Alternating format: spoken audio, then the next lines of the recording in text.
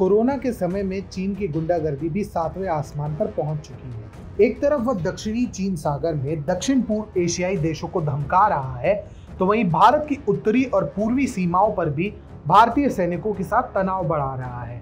इतना ही नहीं, चीन के खिलाफ और ताइवान के समर्थन में लेख लिखने वाली भारतीय मीडिया को भी चीन खुलेआम धमकी दे रहा है। अभी तक चीन ताइवान के समर्थन में खबर दिखाने के लिए भारत के न्यूज चैनल वियॉन, अखबार द हिंदू और टाइम्स ऑफ इंडिया को कड़ी फटकार लगा चुका है और इन्हें वन चाइना पॉलिसी का पालन करने की नसीहत दे चुका है। हालांकि अब ऐसे समय में भारत सरकार ने चीन के पेट में दर्द करने वाला एक बड़ा कदम उठाया है। दरअसल भारत सरकार चीनी कंपनियों द्वारा एफपीआई निवेश को लेकर बनाए जा रहे नए कानूनों के दायरे से ताइवान को बाहर रखने जा रही है। यानी भारत मेनलैंड चाइना के लोगों को भारत में निवेश करने से रोकेगी, लेकिन ताइवान के लोगों पर निवेश से संबंधित कड़े कानून लागू नहीं होंगे। यह पहली बार होगा जब केंद्र सरकार वन चाइना पॉलिसी को कूड़े के ढेर में फेंककर ताइवान के समर्थन में बड़ा सांकेतिक कदम उठाएगी।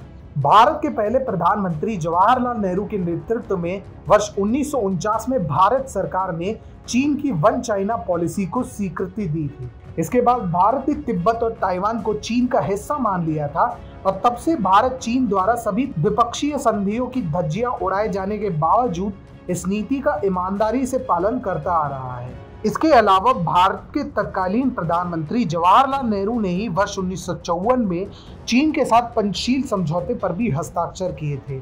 इस समझौते की प्रस्तावना में 5 सिद्धांत थे। पहला सिद्धांत था एक दूसरे की अखंडता और संप्रभुता का सम्मान करना। दूसरा सिद्धांत था परस्पर अनाक्रमण। तीसरा था एक दूसरे के आंतरिक मामलों में हस्तक्षेप नहीं करना।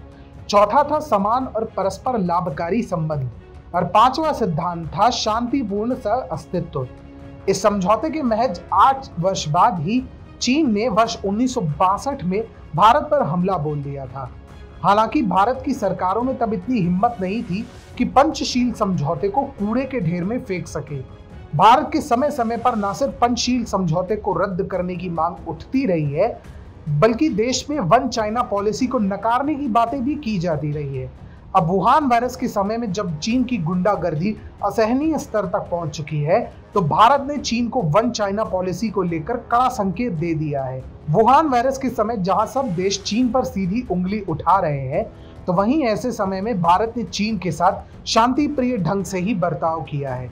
इसके बावजूद चीन द्वारा सीमाओं पर भारत को उकसाना और वुहान वायरस के बीच में ही कश्मीर मुद्दे पर पाकिस्तान का साथ देना भारत को रास बिल्कुल भी नहीं आ रहा है।